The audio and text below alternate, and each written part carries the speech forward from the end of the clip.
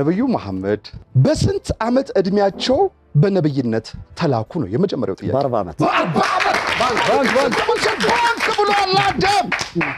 እሺ አደም ነብዩ መሐመድ 7 ልጆች አሏቸው። ስንት ሴት ስንት ወንድ ልጆች? 3 ወንድ 4 ሴት። 3 ወንድ 4 ባንክ ብሏል አብዱ። እሺ አብዱ ነብዩ መሐመድ በየትኛው ከተማ ተወለዱ? በየትኛው ከተማስ አረፉ? መዲና አረፉ። የት ተወለዱ? መካ ተወለዱ። መዲና ባንክ ብሏል። እሺ አሊ በእስልምና አስተምህሮ ነብዩ መሐመድ ስንተኛ ነብይ ናቸው? የመጨረሻው ነብይ ወይ መደምደሚያ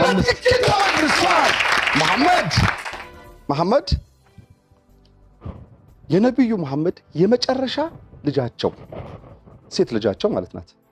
ስሟ ማን ነው? ፋጢማ በትክክል ከድር